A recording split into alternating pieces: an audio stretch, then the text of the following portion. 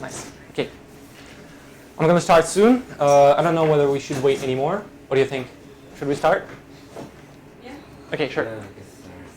Welcome. So this is a paper reading club.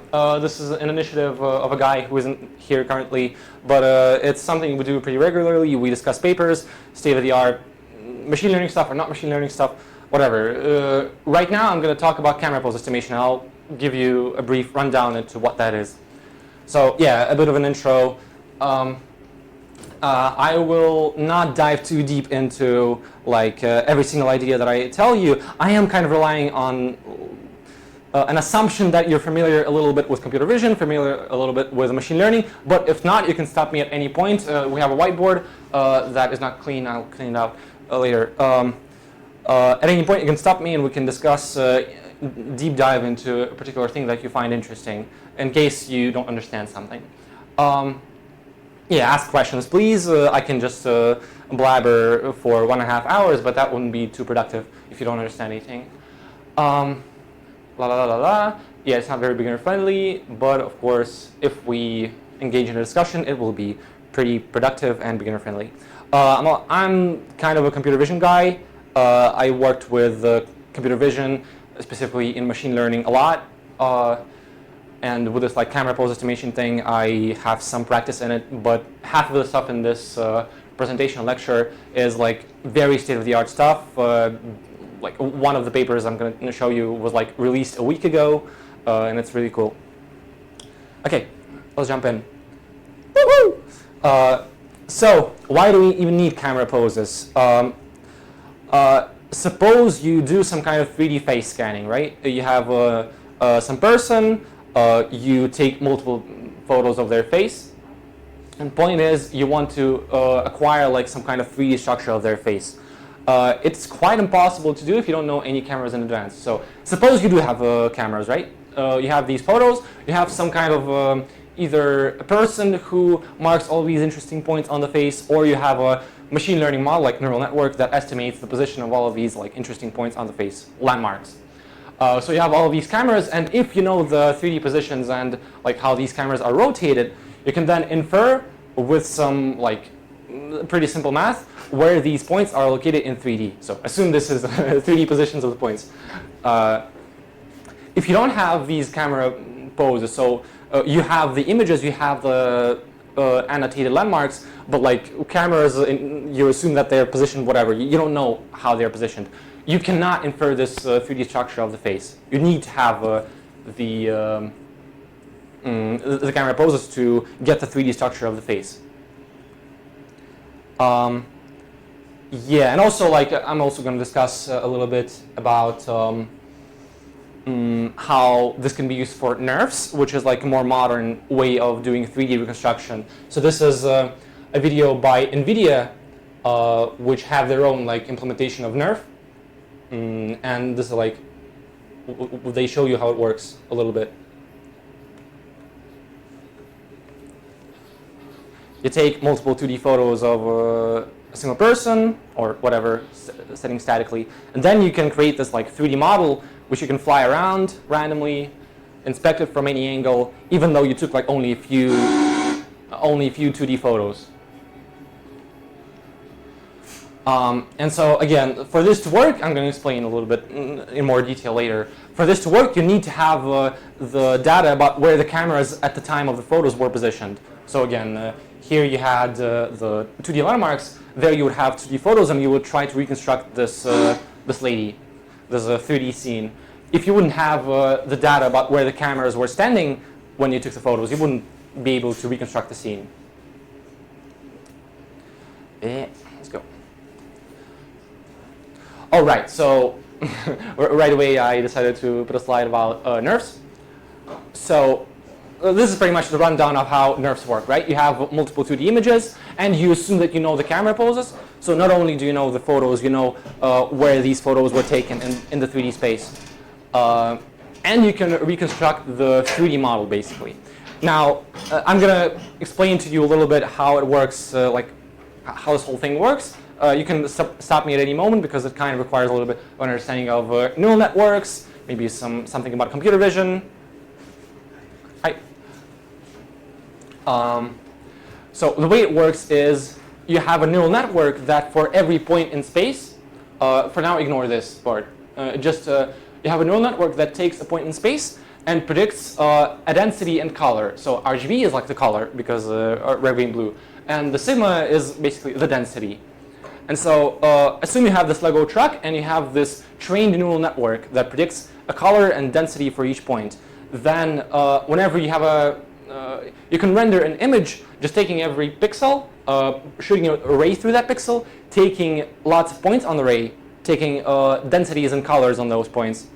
And then you can sum them up accordingly. Like you need to account for densities on nearer points, densities on farther points, and you can sum up the colors from those points. And this way you can reconstruct, like basically get the color for each pixel. And so if you have a trained neural network, it's pretty easy to get the rendered image. But if you have the cameras and you have the ground truth photos, so the actual photos of the 3D scene, and you have an untrained neural network, you can train the neural network for these like colors and densities at every point to produce the correct images.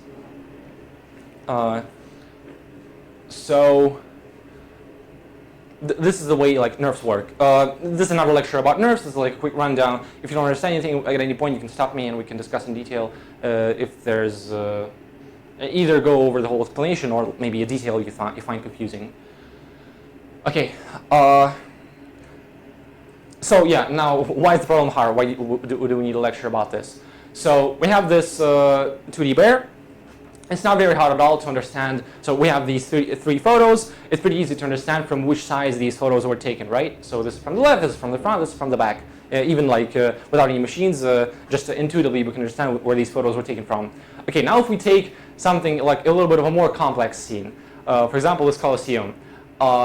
It's a little bit harder. It has like these regular structures. We don't understand maybe right away where these photos were taken from. But if we very closely look at these features, like this missing roof there, this angle here, we can pretty much understand that this photo was taken somewhere here. If we look at this photo, then we can infer something, right? Where these photos were taken from. But then if we take like more complex case, we barely can make out, so there are lots of regular structures. Algorithmically, this would be very hard to reconstruct. We need some like anchors to understand where these photos were taken from, right? Even intuitively, even like having a lot of might, we can barely make out where these photos were taken from. So like, this is like a corner case, it's a hard case, but this is just an example. Like, it's hard to understand where particular photos, like the angles they were taken from. Okay, now I'm going to jump into the approaches from like the classic ones that just use math. If something only uses math, it's like it was done in the 2000s or even 80s. But then we're going to go into more complex stuff. So, suppose we have something like very easy, just a chessboard. We have algorithms. Actually, I'm not sure how these algorithms work, but it's probably not that hard. That locate the landmarks on these chessboards. So we can just call this function from the library OpenCV, like Open Computer Vision, and it will locate. If you have a chessboard on the screen, it will locate like the positions of all the corners here, and like in a particular order. So not just the corners, but also we'll say like this is the first corner on the board, this is the second, third, and so on. And these like numberings, this order on these two images will match, right? And so now, what we can do is, like intuitively, like without. Homography, no? It's so there's two ways to approach this. Homography, what you say is when we want to match two planes. So right now we're lucky, we're working with like a flat object. We'll know how to transform like in 3D one flat object to another one with a transformation called homography. Right now I'm talking about a more like general case. This could have been, I don't know, some pattern that is has corners, for example, not flat. For example, we could have a cube with some patterns on each side. So okay, I'm not going to dive too deep into it. I didn't prepare to explain this. But point is, assume that this is a chessboard and we know the ordered landmarks on it, these key points. Let's not talk about topography for now. Okay, let's jump back again. Intuitively, we know that if we know the order, just match these points by rotating the chessboard like this, right? So we can just imagine rotate the chessboard like this, and then all the points in the correct order will match. So now what we can do is assume we know like we have some mysterious 3D points. For example, for the chessboard, we know how it actually looks in 3D. It's just a flat grid of points. And we have our 2D landmarks, the ones we detected on the previous frame. So again, like we have the 2D coordinates of a point from the image from the OpenC function. We have the 3D coordinates, which is just so we have. One second. Sorry, I didn't clean this beforehand.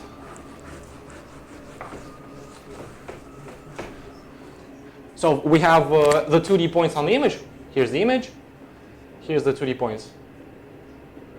And then in 3D, like the 3D axis, we know how the chessboard looks in 3D. It's just like these points, a flat grid, right? And now we need to know how to like rotate this 3D grid in such a way that a camera positioned somewhere, for example here. So this is like a camera. These 3D points are projected to the camera, but initially they wouldn't be projected correctly. We need to understand how to move these 3D points so that they're projected like this, right? And this like projection is controlled by a projection matrix. So how it works is literally we just take the 3D points, we do the projection. The projection is a pretty simple operation. I won't go too deep into it. If you want, I will describe to you how this formula works. But basically, we first transform like linearly the 3D points with the projection matrix, and then we project by dividing by the depth of a projection, right? And so our target is for the projection of these 3D points with this projection matrix to match our 2D points. And the unknown that we're solving for is the projection matrix, which is a linear. This is a linear operation. This is a matrix 3 by 4. This is 12 unknown values. We want to solve this basically, like for p. We have 2D points. We have 3D points. We need to solve for p. Okay. Now, what can we do here? So this is math. I may dive deeper into this.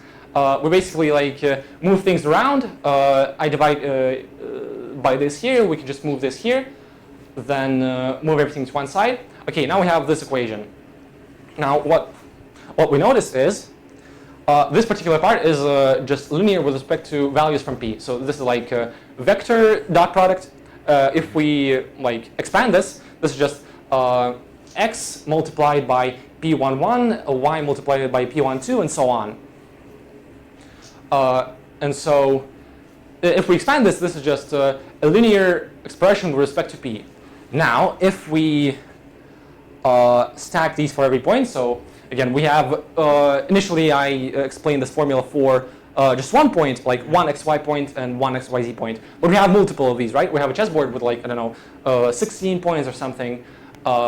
And we can just stack these linear equations that we need to satisfy for every point. And then we can solve this system with respect to p, because p is our linear thing. We know how to solve linear systems, where we have like the known coefficients here and the unknown coefficients here. We can solve the system. And this is what is called direct linear transformation. The short is DLT. For some reason, it's hard to Google this one, but it's a pretty straightforward formula. You can like derive this by yourself. But yeah, the first thing, you have a condition that your chessboard is flat. This is a condition for it. So our condition is that we know in advance the 3D points. So in the general case, for example, I showed the Colosseum. We don't know in advance in 3D how the Colosseum looks. For the chessboard, we know how it looks in 3D, just this 3D grid of points. And so which is why like this is an older method that works in a very controlled environment. We have a controlled 3D structure, and we know how to derive the camera positions or whatever, the projection matrix, because this is very controlled, a known chessboard in advance. Yeah, for general case, you're correct. We couldn't solve it for the not flat surfaces, but in the real life, we have a lot of flat surfaces, and this assumes like this condition could be satisfied with a lot of cases actually. So I just want to say that with this equation, you could reconstruct a lot of things in the camera poses for the flat, for the doors, for the, I don't know, for the walls. It will work actually. Yeah, if you have like the function is CV detect chessboard corners. You have the same thing. Something that it's really flat, and you know that it's you have a chance to reconstruct it. Yeah. So for example, I don't know if we had a function that would detect every brick on the wall, and we knew in advance how this brick on the bricks on the wall are positioned in 3D, we would be able to like locate understand where the cameras are positioned. Oh, sorry, I forgot to say. So we solve for the P, which is the projection matrix. Then from P, it's pretty easy to work out where the cameras were positioned, because like P is a relation between these 3D points and this camera. If we fix these 3D points in space, then like we can derive for the projection matrix where the camera was positioned. So am I right that we have a lot of points, and we need to find a plane that better fit to all of these points? So it is using minimal squares. Like you mean least squares? Yeah. No, least squares. Like the next thing I'm going to tell you about is least squares. Here we're solving like a linear system. I mean, a linear system is. So it's strict. So it has a solution. It does not have a perfect solution, of course, because our 2D landmark estimation is not perfect. So yeah, of course, I forgot to say so. This linear system has a lot of rows. Usually, the systems don't have like the perfect solution. We wouldn't be able to make this perfectly zero. But we have like solvers that make this as close to zero as possible, and that is the solution that we need. You said that we solve for 12 variable, but for rotation 4 and for position this 3. And, oh yeah, so why so? Because right now we parameterize our matrix with a projection matrix. A projection matrix is literally like a 3x4 matrix, yes. And we solve for the values of this matrix. But the last row have 0, 0, 0, 1 almost every time. And, that is true, which is why, so I'm going to tell you on some of the next slides. Usually this is not used like as a final thing in practice. This is like a good estimation, and then this is one sec. Let me explain. Yeah, because usually it's like this, right? You have the camera matrix is like 4x4 matrix. You have some values here in this 3x3 matrix. Then you have some values here. You have 1 here and zeros here. Yeah, but right now I'm saying like we're working with this section of the matrix, the 3x4, and so we don't need this 0001 row right now. Because okay, let me explain this. We have a 3D point XYZ. If we want to transform this with a matrix 4x4, we have a matrix 4x4 like this. 4x4, like rotation plus translation matrix. We have the translation here, we have the rotation here, and here is 0, 0, 0, 1. And because this is 4x4 and this is like a 3-dimensional vector, we need to make this homogeneous vector and add a 1 here, which helps this. This is basically equal to multiplying r by x, y, z plus t.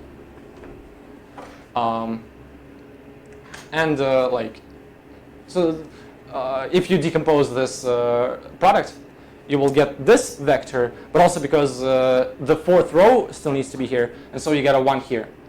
But right now, what I was talking about is that you can just remove this row, and you will get a 3-dimensional matrix. And you'll get the same without the one below. So you don't need to work with this bottom row right now. Yeah. And the rotation is not only rotation, but also projection. Yeah, so the formula that we described here. So you have this projection, but projection consists of two parts. First, you need to like. Yeah, it's just squeezing also, not only rotate, also squeezing a little bit. So it's not strictly. It's not a linear operation. This one is not a linear operation. So again, we use this matrix. We multiply the matrix by the points. Full explanation, yeah.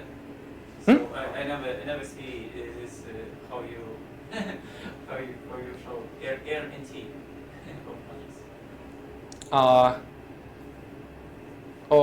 Yeah, I just wanted to say this is not a linear operation because we don't only multiply by the matrix, we also, because this is like a perspective projection, for the perspective projection to work, we need to divide by the z-coordinate. And so this is basically the z-coordinate of the result. We rotate using the projection matrix, but the projection matrix is not the final projection operation. In order to properly project, we need to divide by the z-coordinate, all the three resulting coordinates. So after dividing, we get the 2D points.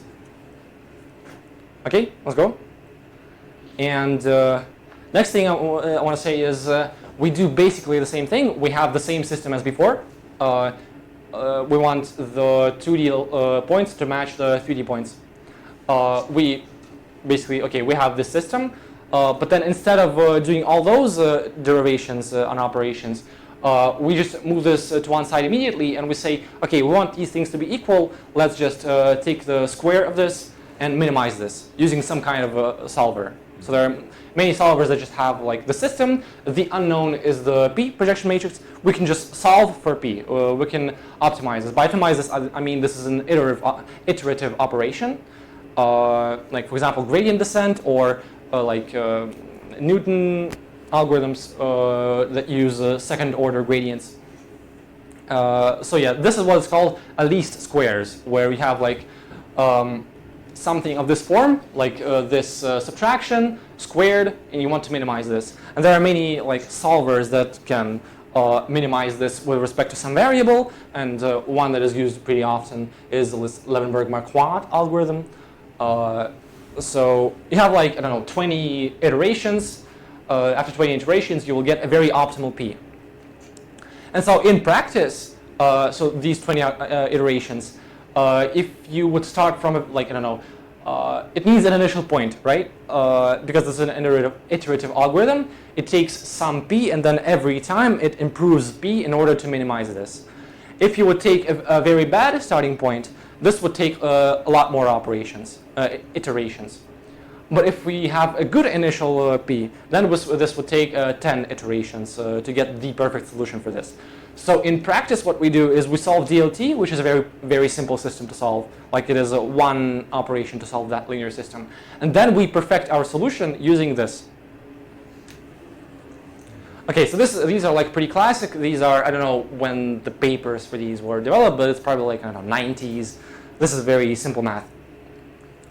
Now, okay, these things that I'm going to describe, as Sergio said, this is everything I described before was for known 3D structures. We knew in advance how the chessboard looks.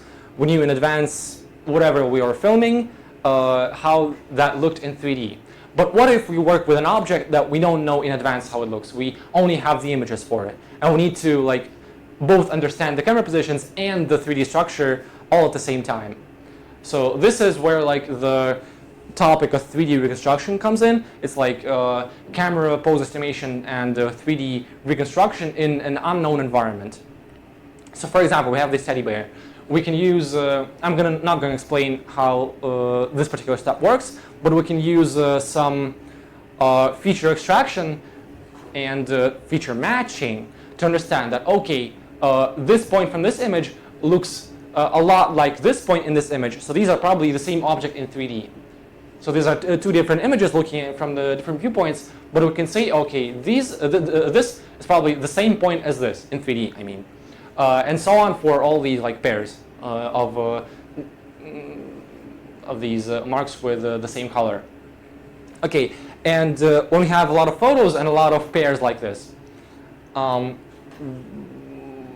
I'm not going to explain how this works, it's a whole different lecture, but we have lots of pairs like this. right? And now what we can do is, I stole a picture from another lecture,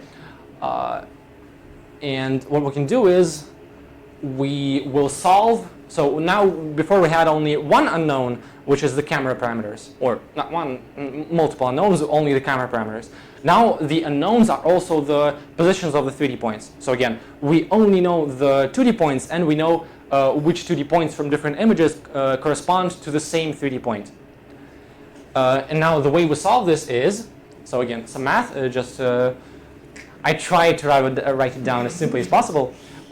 Basically, we have the 2D points for each camera, and also for each 2D point we have like some kind of identifier, such that if we have 2 points in different images with the same identifier, we know they correspond to the same point in 3D. Then we have the unknown points with these identifiers. So this is, we have n unknown points, and each identifier is from 1 to n. And the unknown camera parameters. And so, again, we just have a function that we want to minimize. So we want to minimize the projection between these 3D points, the projection of these 3D points, and the 2D detection that we have. So again, this is like lots of squared subtractions. And again, we can use the different optimizers, even Levenberg-Marquardt, the same algorithm, to minimize this expression with regards to our unknown parameters, which is the 3D points and the camera parameters. So it's going to be solved with the linear equations. So only with the optimizers. So What do you mean by? So you couldn't like use the previous approach with the linear equations because you have like more unknowns there.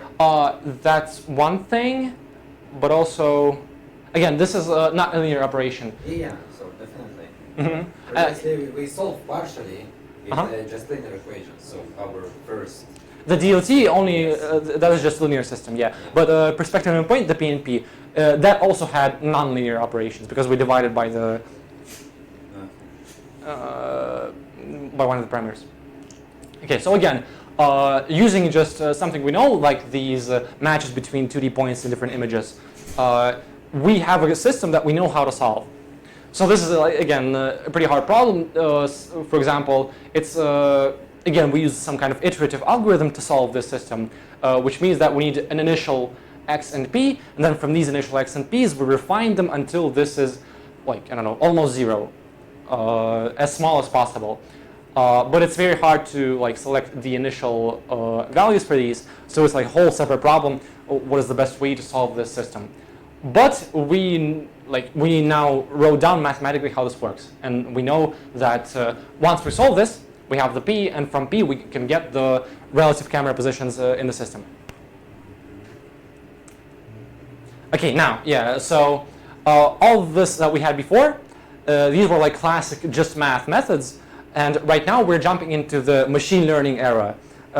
Machine learning wasn't possible 20 years ago because they didn't have good GPUs, but now we have lots of GPUs, and we can do magical stuff with them.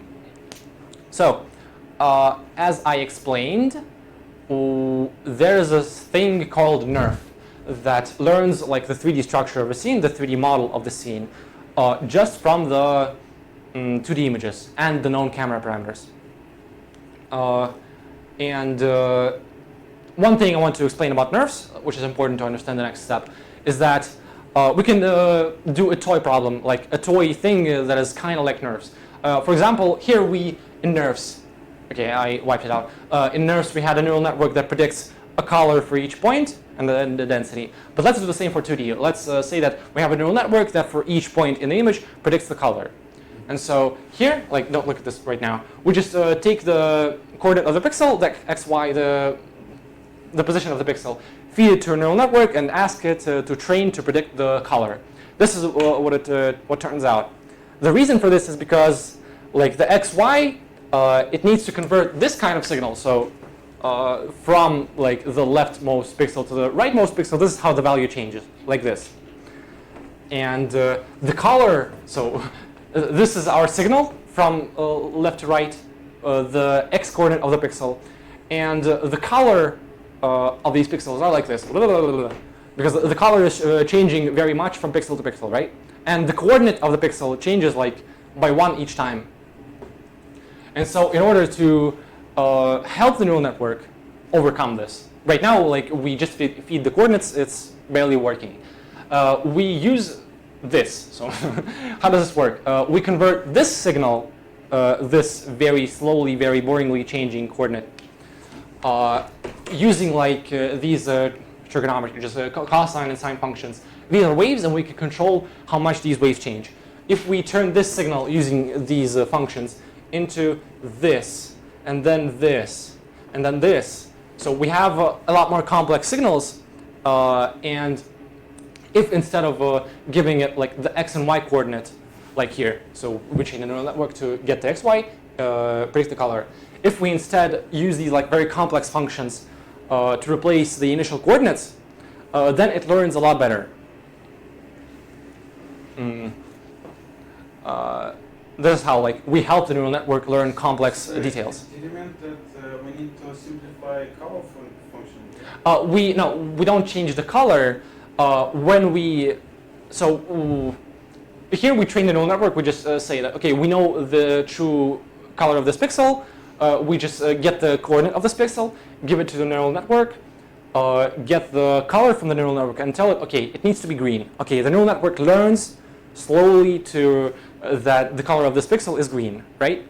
But instead, like in this whole procedure, we give it the xy coordinates of the pixel. Instead of giving it the xy coordinates, we convert these xy coordinates first. So instead of an x coordinate, we like give it a whole large vector of these values, which are like first the cosine of x, then a cosine of 2 of x, and then cosine of 2 to the power of 5x, and so on.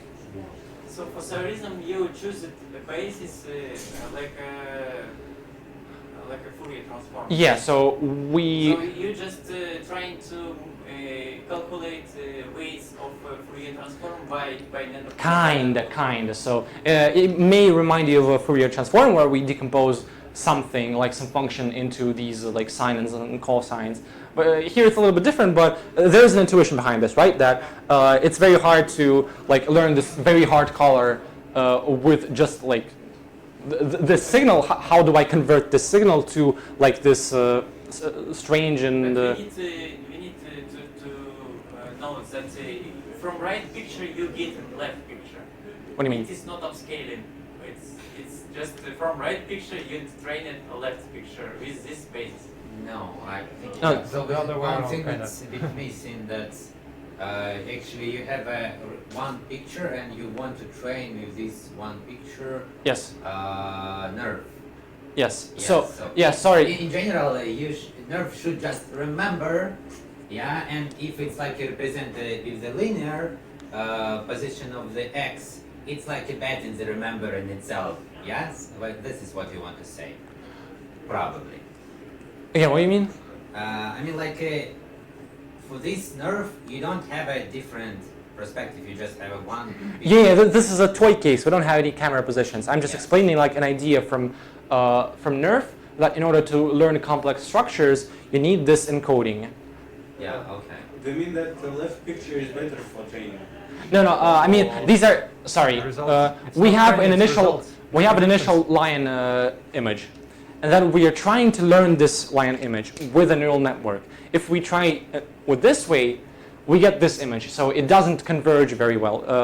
We tried to make the nerve this image look good, but this is the best that it can do. And then if we try it with a different way, it learns very well. It gets the final image very well. Also, we need to input in our functions position, rotation, and internal camera params. Sorry, again, this is a toy case. We don't have any 3D scene here. We just have like an image. We have an image of a lion. And we're trying to train a neural network to just get a pixel coordinate and get the color. This is all to showcase. Like this is very important for the nerve to work. If we didn't use this, all our 3D scenes or 2D scenes, 2D images will look like this, like very blurry. But in classic nerve, we should input the translation, rotation, and internal. No, also in classic nerve, the only thing it gets, like, okay, this is a separate thing. In classic nerve, let me jump to the slide with the nerve. No? Where is it? Yeah, this. In classic nerf, the only thing a neural network gets is, again, like the same 3D point. It returns the color and density for a 3D point. But also, like for graphics reasons, we may get different colors from different viewpoints. So there may be, at a particular point, a reflection that is not seen from one view and is seen from another view. So the color depends on the view direction. So we also pass like the view direction in polar coordinates. So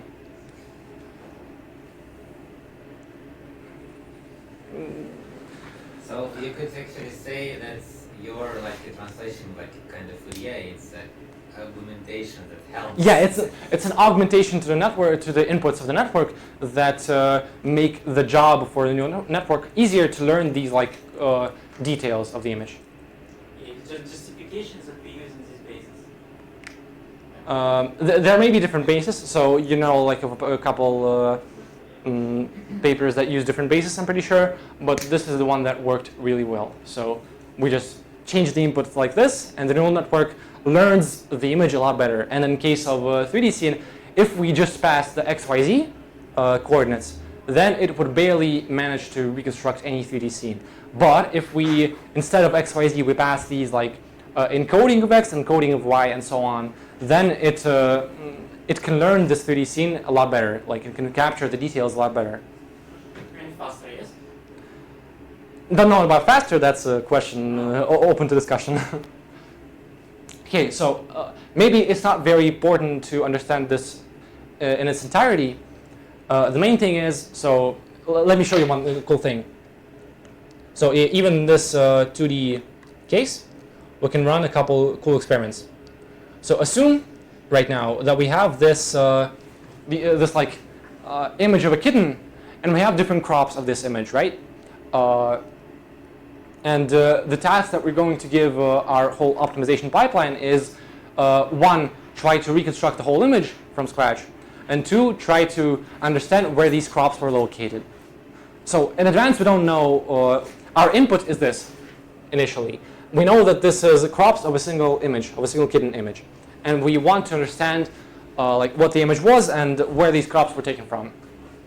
And if we try to like give this task to our optimization, this is what we get. So let me explain briefly what's happening. We do the same gradient descent optimization where the unknowns are the image and the camera positions, crop positions. This is what happens if we don't have that encoding with the sines and cosines. The image is barely reconstructed because we don't have like this very rapid frequent signal to reconstruct details. If we like start this optimization with the full encoding, with the sine and cosine encodings, we get this. If we do a magical thing that this paper introduces, and I'll try to explain right now, we get like a very good result. So the crops are reconstructed pretty well, and the image, the initial image that we get, is pretty good. So the idea of like why, if we enable the positional coding, the sines and cosines from the beginning, why this is what happens. Let me try to explain this. So again, some math. When we do gradient descent optimization, this is our forward pass, right? We some functions convert the camera parameters to points that we sample on the ray. Then we have these points, we convert them with this encoding function to these like sines and cosines. Then from that, we pass that to a neural network. We get the color and density. And from the color and density, we then combine all these into a single image. And then we compute the loss for this image. And our whole like optimization procedure when we train nerves is to optimize this loss. But then if we try to also optimize with the gradient descent the camera parameters, this is what happens. During backpropagation, we need to figure out how to minimize the loss with respect to camera parameters. So we need to know the gradient of the loss with respect to camera parameters. And so if we decompose this into multiple components, what we have here is this expression, and then like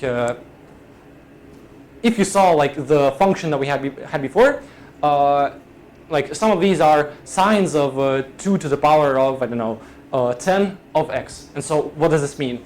This means that the function, one of the functions in these encodings looks like this.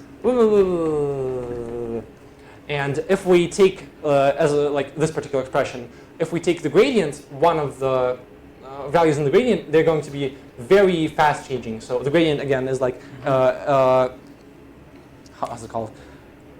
Derivative of this function. So here the derivative of this function is very small, here it's very large, and it's changing very quickly. So if we move the coordinates, the input of this function just a little bit, the derivative is changing a lot. And so if we use this during gradient descent, during our gradient descent optimization, this is this is going to, like, the camera parameters during optimization will jump a lot. It will be very hard for them to converge, which is what we can see in this toy optimization problem. And so they don't converge, they don't get to their true positions. Instead, they like fixate themselves in this very weird position, and because of this, when we also optimize the image, we get this very weird result. This can be considered odd. I'm pretty sure if someone got to this, they can make, I don't know, pass different images to this and get pretty funny Lovecraftian monsters. Pretty funny. But takeaway is that we need something to get this result on the right. So reconstruct both the cameras where the cameras are unknown. In this case, it's the crops that are unknown. But what if we have like this nerve problem and we don't know the cameras are advanced? So the trick is here or on the next? The trick is on the next slide. So this is why I explain why we get this weird result with a Lovecraftian creature. This is the fix.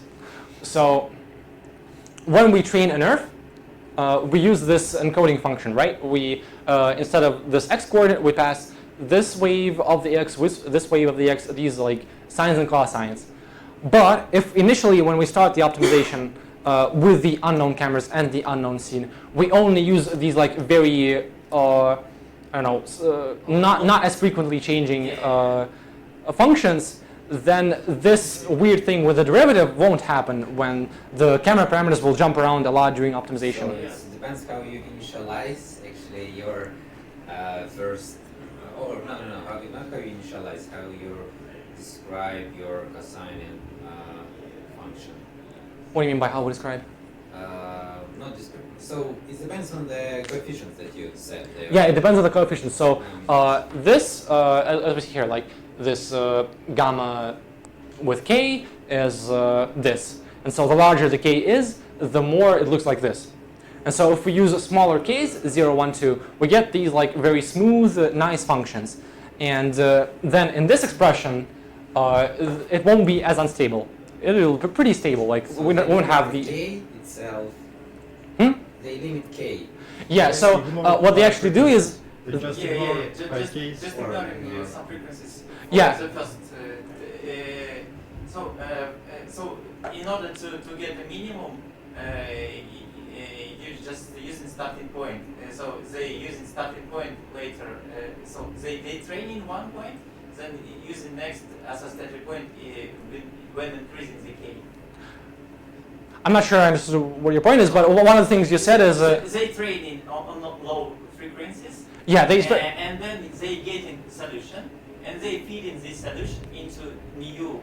they don't need to feed the solution. They just during the gradient descent process, during the optimization of the scene and the cameras, they start off with a pretty low cutoff here. So they only use these first 3 frequencies. Then after some point, they think, okay, this is a pretty good point to enable the next frequency. So this is they not getting the solution, but they adding somehow on the process this lines. Yeah, they don't need to feed anything because again, like okay. for example, let me like wipe out. Yeah. So the whole optimization is the same, but they adding the lines in this algorithm. Yeah. So for example, like Interesting. for example, our max case. So we have some maximum amount of frequencies that we want to feed. For example, it's I don't know 12. So we'll have cosine of px sine of px, then so on, and then cosine of 2 to the power of 12 px, and sine to the power of 212 px. And this means what? If these are all our frequencies, then the input to our neural network is like gamma of x, gamma of y, gamma of z. So this is the input to the network. For now, let's ignore the ray direction. So because there's a 2 of each, and there's from 0 to 12, it's 13. 13 divided by 2 is 26, and there are 3 coordinates, so it's 26 multiplied by 3 equals what? 78 inputs to the network. So the first layer of the network receives 78 inputs because of like the 3 encodings of each of the coordinates. And this is slowly through the network turns into the color RGB and sigma. And then during this, when I see that they disabled the later encodings, for now they just like turn all of them to 0. You don't need to like change the neural network a little bit in any way. They just only the first are non-zero actually there, and the later ones are turned to 0 for now. So the neural network does not know about all these frequencies. And then during training, they slowly enable all the frequencies.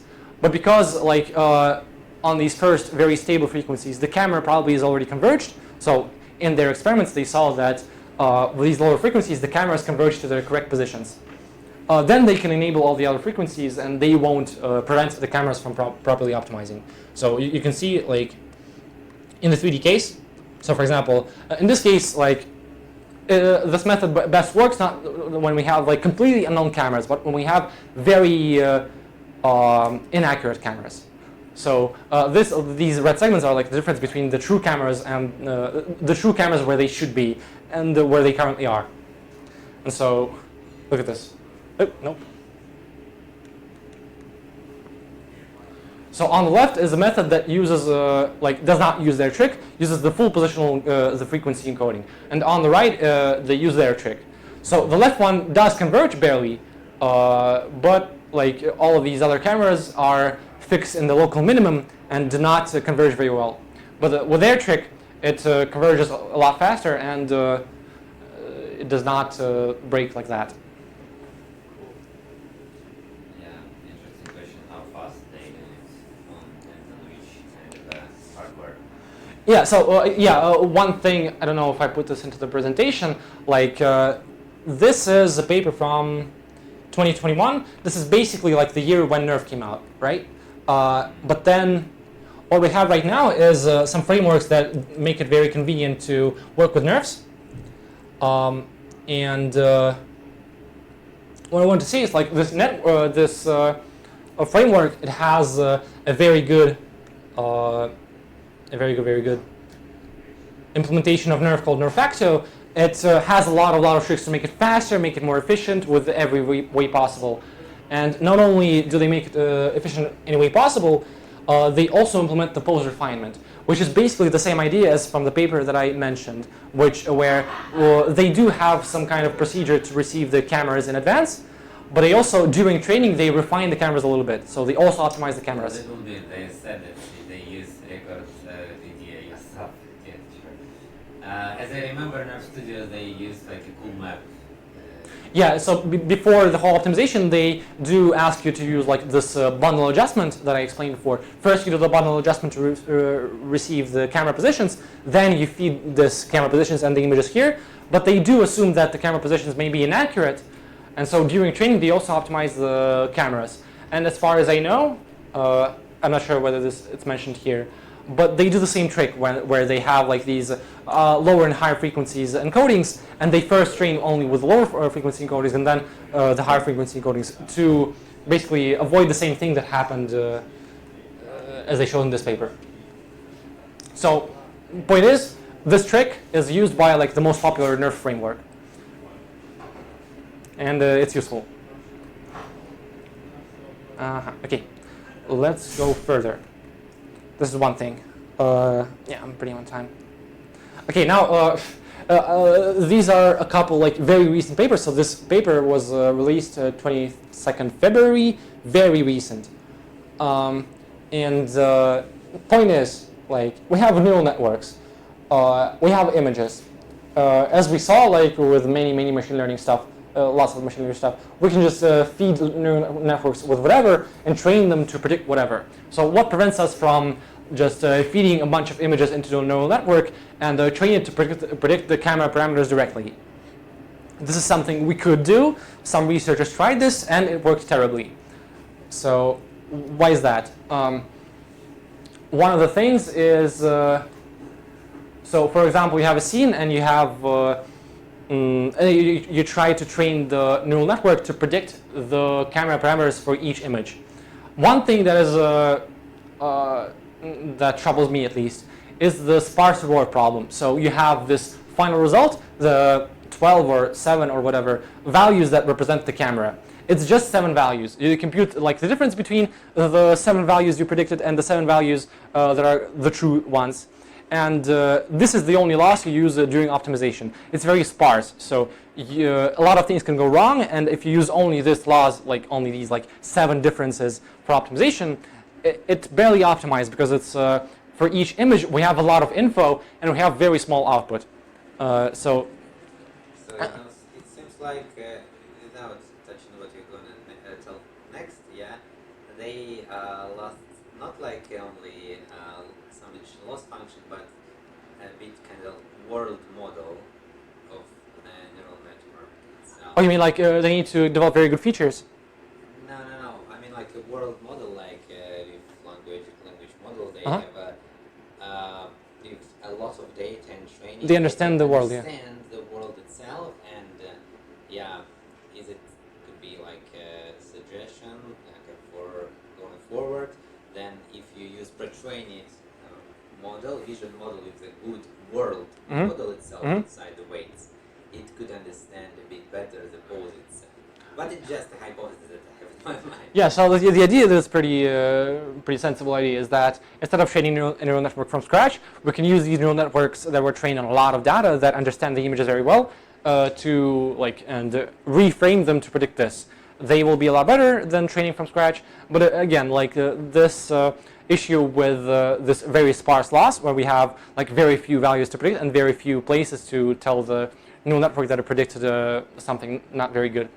Also, like vulnerable to outliers. By that I mean, if we have sections of the images that are changing. So, for example, if we have this book and there's a person walking in the background, this person walking in the background can affect the prediction a lot, and it will affect the final prediction. And it's like intuitively, it's very hard to tell a network where it went wrong.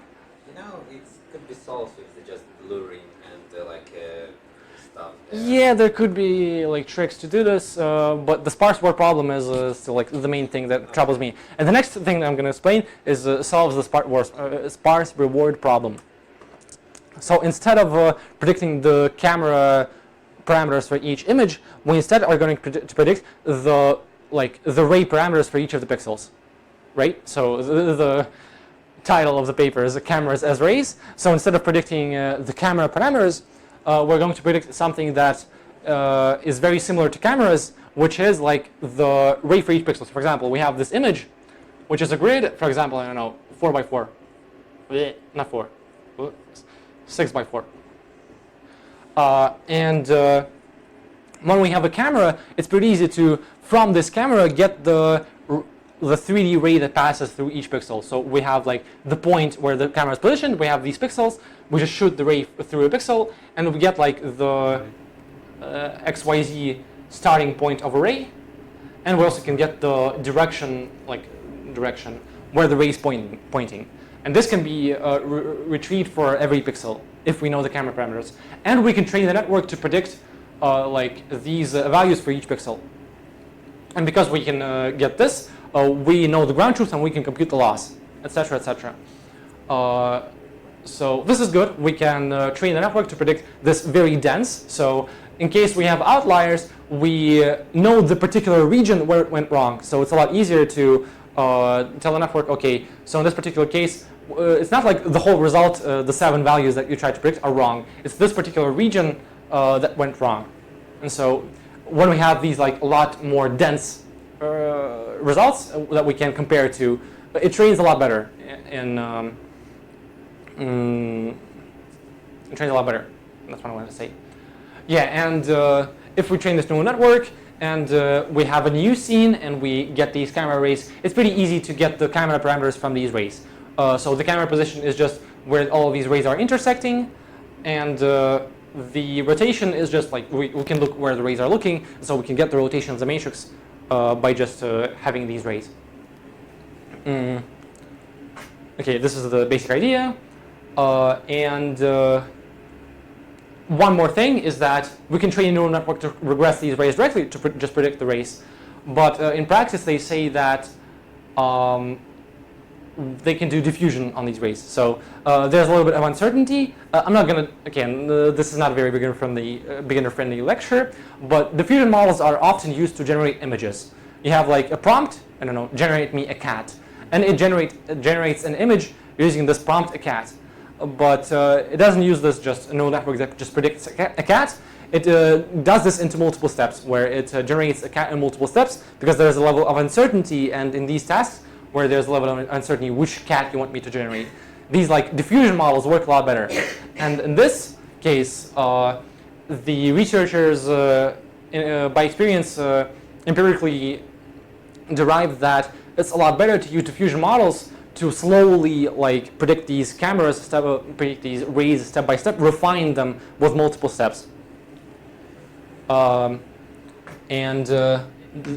why they get the better results? I not understand actually. They get better results because again, like from I guess I don't know which logic the researchers use to explain why they get better results. So they, instead of low frequencies, they get in some points. That No, this doesn't have to do with frequencies. They picking up some points on pictures. Yes. So the ray is not a frequency ray. So this is not something strange. This does not have anything to do with frequencies or whatever. The only thing we have as input is the images. This does not have anything to do with nerves. Yes, so they doesn't using any transform. So they just using pixels, and somehow with a diffusion model, they get the result. It's like ray tracing rendering of the image, but backwards. Yes, they ray tracing basically the image. So they pick some pixels. But well, why your image this consists of pixels. Why? So again, like when we regress, when we understand. So I understand when we're trying to find features, for example. I understand when you're trying to find frequencies. So basically some shapes. Oh, so okay, in the intuition. How they get the result with just the pixels? They have some noise. The intuition. Okay, so the intuition. Initially, like let's forget about the diffusion. Let's first look at just a neural network that predicts the rays directly. First, why this works, why like this is pretty good, is that if we regress predict a ray for each pixel, this is the same as predicting like just an image with 6 channels, like the 3 channels for the position of the ray and the 3 channels for the direction, right? So they just predict an image for each of these images. And why it manages to find the correct rays is because they use transformers. So the intuition is behind the transformers. Okay, behind the photogrammetry, bundle adjustment, we find similar features, and we use these similar features in like a system that we solve iteratively with these least squares solvers. With the transformers, what we have is attention. So attention is very good at finding like these patches that are very similar. You know, like the attention, it has like these keys, queries, values, and one thing that it does is that it compares the keys of each patch to a query of each patch, which is like both of these are vectors. And then if these are similar, then it extracts some information. And so for me, intuition behind why this works, why it works so well, is that when they use transformers, they train on a lot of data, and these transformers manage to know, okay, in these 2 images, I like this corner corresponds to this corner. So the attention, these like key query matrices, are going to like pay attention to the similarities between these corners and extract the information into the whole neural network. That okay, we like these rays have to be passing through the same point. Okay, so the transformer does the feature tree.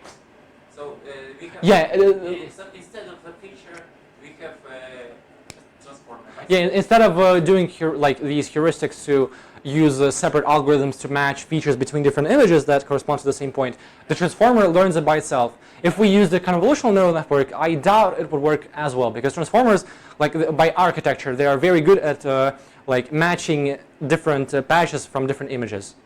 And how was the process?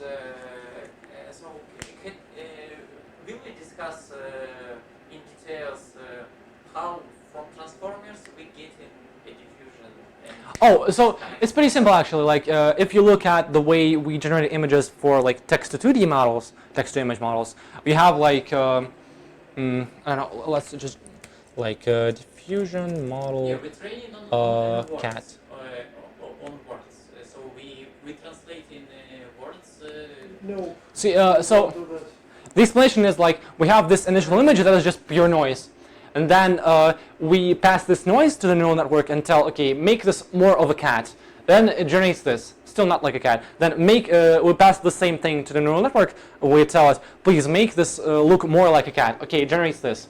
And then like the final step, please make this look more like a cat. Nice. Okay, it works. And I'm not going to go into details. Like diffusion models are actually there's interesting math. It's not very easy to explain right away. It's like a whole other lecture. Point is, we generate an image like this from pure noise. We slowly like make it more and more like what we want. And in this case, So no diffusion model doesn't have a transformer. diffusion model does not have to have a transformer. Diffusion model can be a convolutional network. Yeah. So diffusion model is just like it's a formula for how we do the steps. It does not have to be a particular kind of neural network. For example, like there are diffusion models for audio. So to This camera keeps getting to the sleep.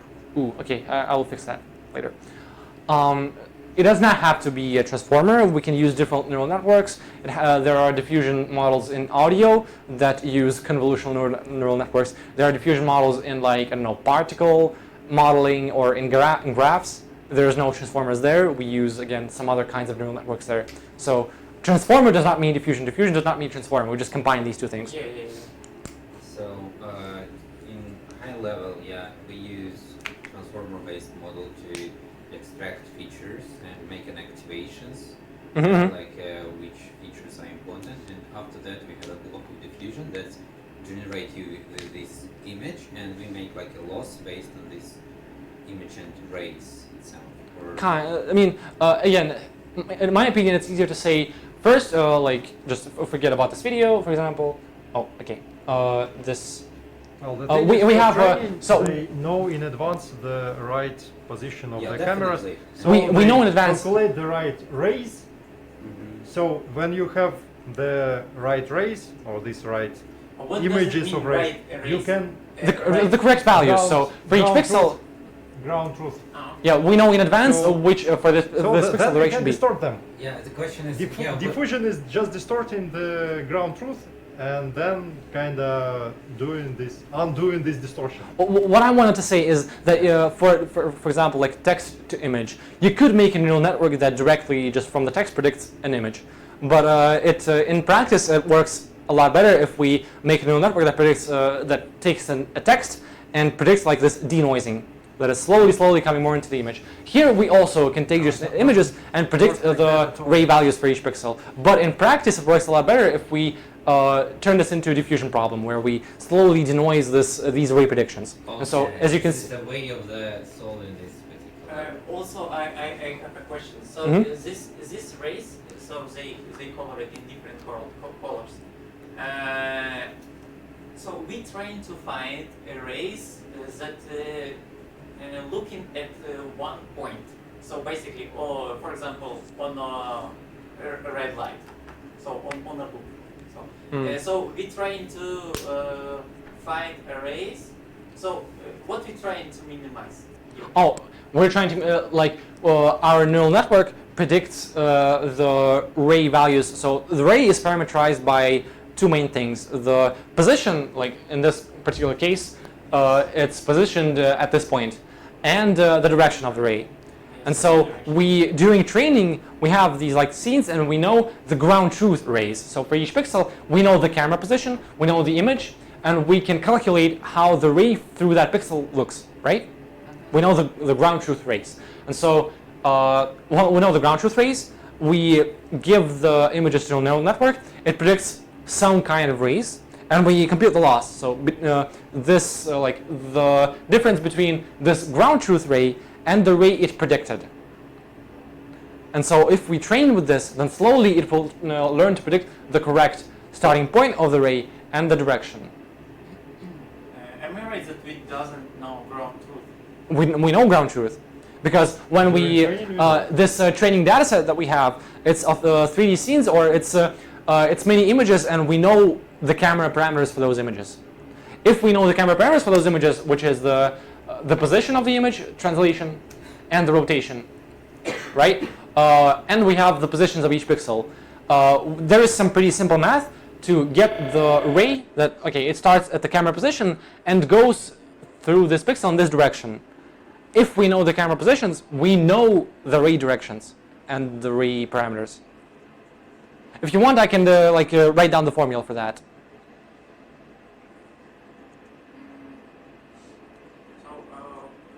So maybe I need to read the paper, because right now I'm not.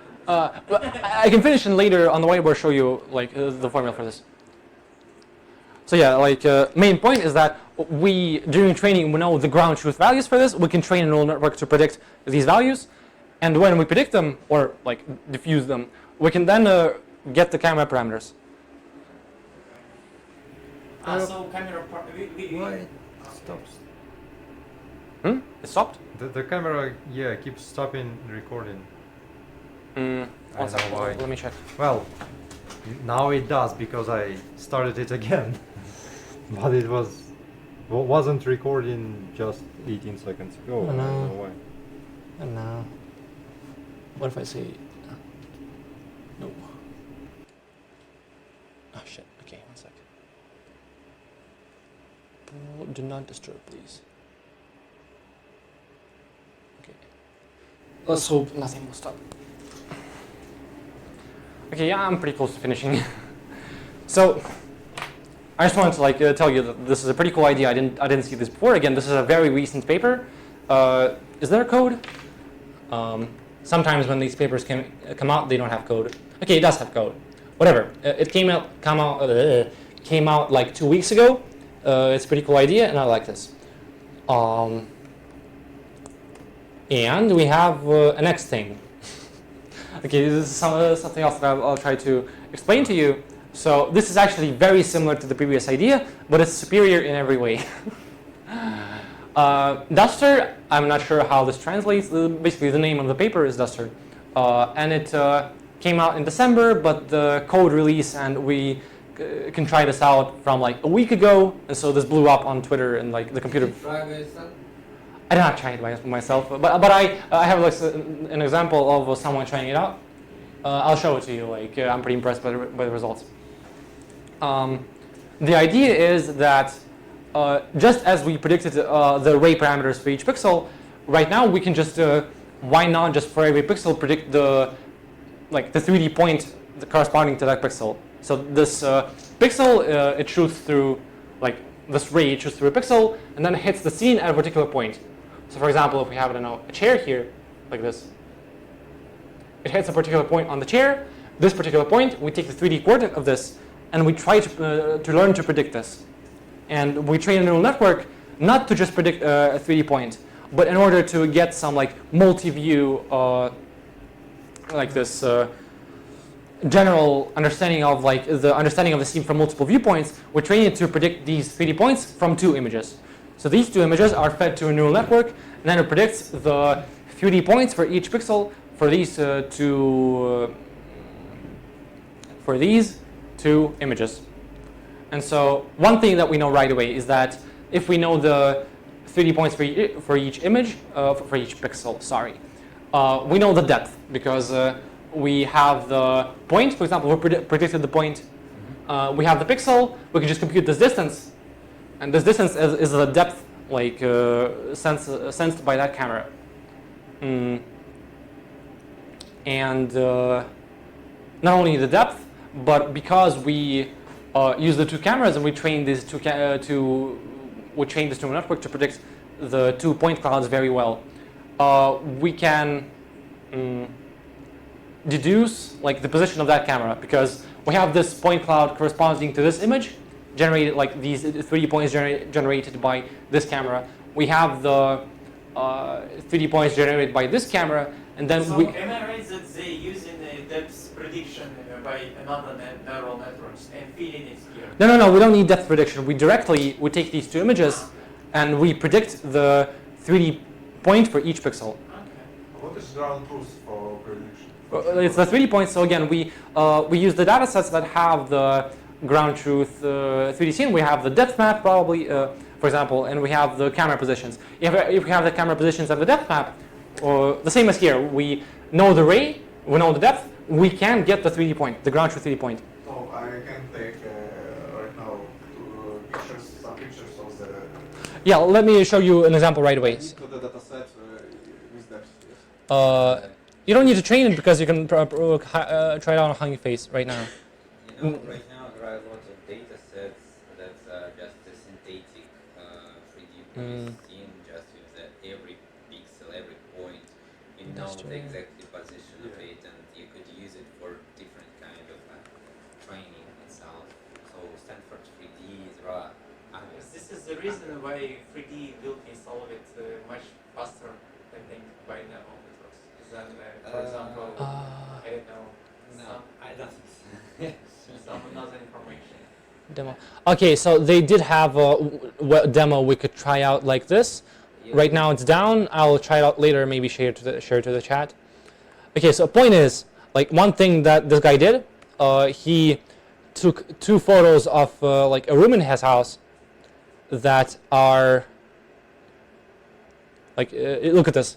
For example, you have a kitchen and you have just two images of this kitchen that almost do not intersect. So these two images are barely intersecting, and this like problem of just having two images and reconstructing something in 3D just from these two images is like very hard. It was not solvable like recently at all. But this neural network, it does very well at, it takes these two images, it predicts the 3D points. Yeah. Predicts the 3D points for each pixel. These 3D points can be like combined into this 3D point cloud. We can also get the color for each point because we know the colors for each pixel. And we can get the 3D scene just from the two images. So you don't need even that they intersect each other. They don't even need for to intersect. I don't know. I didn't get the example that I saw from another guy, but they took two photos of like an office room that are completely do not have any intersection. I saw it. I saw Yeah. And these two photos that do not have any intersection, this neural network devises somehow that they look at opposite corners of the room and correctly predicts the 3D points. It's very interesting how they trained, actually. I think that they have like a pipeline of multiple networks. I'm pretty sure, like, if you look at the paper, it's just a lot of data. So I have the paper here. I know that they use like VAT, but Mm. in their training, so but I'm not sure. I plan to read this paper, but not. So they use this. So there's this other paper called La La La La. It's basically like another task where we have two images. It has two images and it tries to use knowledge from another image to fill this image, and it also like has this architecture that has like two images as input, and then it decodes something. They use the same architecture in this Duster paper, just reformulate this so that it doesn't predict like one image, just predicts two images for each of the inputs. It has an image diagram for this, yeah, like this. Has like an encoder, decoder, then these decoders using like some transformer magic share information between each other, and then for each we predict the point map, and not only the point map, we also predict the confidence. So they ingrain into the neural network the fact that it has to also know how confident it is about that particular point. Sorry, and this is like a training pipeline? This is the architecture. The training pipeline, it's pretty simple. We know the ground truth 3 points. We just So could we say that this network has emergent property? has a what? Emergent property. You- That, for example, you train to like estimate camera poses definitely and reconstruct the. No, actually, they train to predict 3D point clouds, but they can use this to reconstruct camera poses because. No. I mean, like they predict like a 3D point cloud. Yeah, with the same object, but imagine property that they could use just like one camera, and it will be enough to predict some kind of a 3D scene. Ooh. Is it like emergent? Or Actually, no, that's Yes. interesting. Whether if we feed two like So just. you train on the intersection, but in the reality, when you have an inference, you could use just one. Ooh, I'm pretty sure in like. Actually, I'm not very familiar. Maybe I didn't read enough of the paper. I'm pretty sure they probably have these like non-intersecting images in the dataset too. Okay, maybe, yeah. So that's the question. But again, like the emergent property is that they train on a particular set of rooms. But then for any other room, they can also like this neural network learns that even. Because for me, it looks like a magic actually. Yeah. And I see that you put like images from the Airbnb that they are not really intersect each other, and they try to reconstruct them more or less correct in terms of camera poses, 3D structure. This is the magic actually. I mean, again, like this is a very large neural network. If you train a large neural network with a lot of data, and if the task kind of makes sense, then it works. And in this case, it worked. And if you want to use this for general 3D reconstruction, you have, I don't know, like 50 images.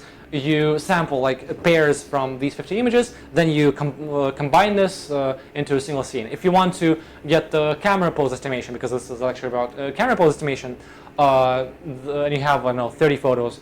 Again, you can sample pairs, and because you have like this 3D point cloud predicted from 2 points, you can solve the, how do I say this? Ooh. Actually, I'm not ready to write down the math for this, but because we have these two point clouds, we know how to align them, and while aligning them, we can derive the camera position. Can I have more like off-topic question? Sure. What do you think about the future of 3D artists? 3D artists. I mean, well, we already have networks that can generate some generic 3D models. Do you think it's close enough to generate like high quality 3D models in like 5 years? Does this look high quality to you? I strongly suspect that the kind of attention issue is the same as was with photography and painting like 100 years ago. Yeah, it turns out that okay, photography is one thing and the painting is completely different thing, at least nowadays. Like painting have nothing to do with, you know, just representing reality as it is, yeah? Photography, not really that, it even transcended that purpose. narrow We all purpose, die, okay. right? So, one thing is generating like, I know, objects, like everyday objects and that stuff like that. And already you don't need a 3D artist to do that. You have libraries of such objects and everything. So artists do something different, you know. But They don't generate actually, like Actually, got a good general idea, stuff. but Actually, I think at the same time we have basic diffusion models. So, so for example, so they can generate 2D images at first and then feed it to 3D. Can- and just generate it 3D. I need just like 5 minutes to finish the lecture. I'll say my point, finish the lecture, and you can discuss, okay? My point is... You write about photos, but we right now have another situation. We right now have AI revolution basically that will transform everything in the world, I think. at least some. So it's sorry for saying this, but I think that 3D will be solved in 10 years for sure. So okay, can I say my point? Finish the thing, and then we can discuss together. Okay. So to answer the question, like we have these like mid-journey models that are really good at generating images. Like this is generated by neural network. This is crazy. So basically, like 2D generation is almost solved. It's very cool. Okay, we have these models that generate 3D models from prompts. So in my opinion, this is already pretty good quality, but well, I would say it's mediocre quality. it's of course it's not like 3D artist level, right? This is. I think the thing is the main question whether they could solve consistency problem. If it's solved, Consistency. What you mean? So for example, because if you artist, you want to. Consistent style, you mean? If you artist, you want to have full control. That's why actually in Disney, ILM, all the studio, they have actually a lot of people who draw things and sculpt because they have full control. This is main point of making content. You want to full control. So also, by for example, maybe this is what you mean. In Photoshop, they added this diffusion tool where you just select a particular region, say what you want, and it fills the region with something. Like it's a pretty good generative 2D tool. Do you know about Photoshop and there too? Yeah. So this is, in my opinion, like the perfect application of diffusion models, where you have control. You have your own image, and you can sometimes use this diffusion model to fill out particular regions.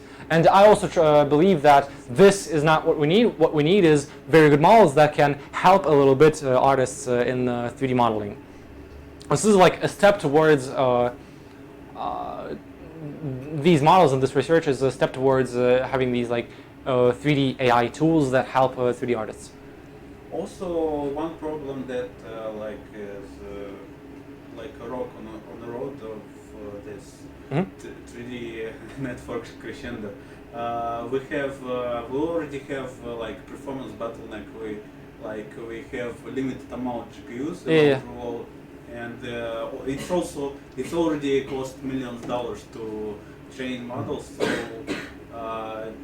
So it's kind of now it's raced against hardware and performance hacks. So I think also we we reaching the top of current current hardware.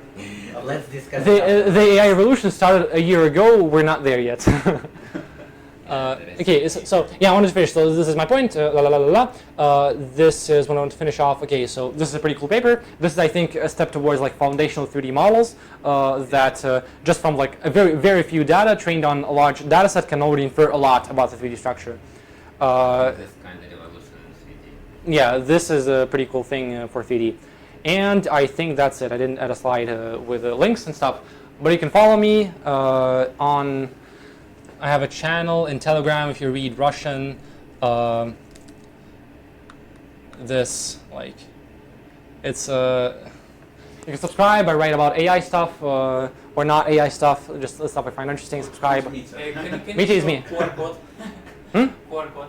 Can you generate QR code? QR code. Sure.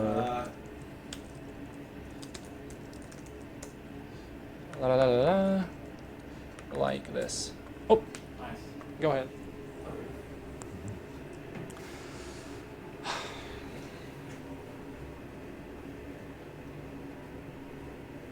Hey. Did it just drop? Yeah. What the fuck? Yes. Please. Yes. But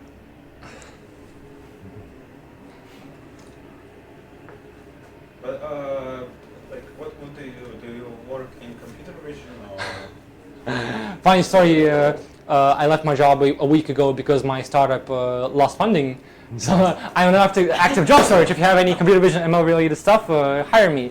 But yeah, I was actively working with 3D reconstruction, specifically like avatar reconstruction, where you have like very few images of a person and you want to make a 3D avatar that is animatable Like the stuff that Apple Vision Pro personas, the 3D avatars there, or what Meta is doing with the 3D avatars.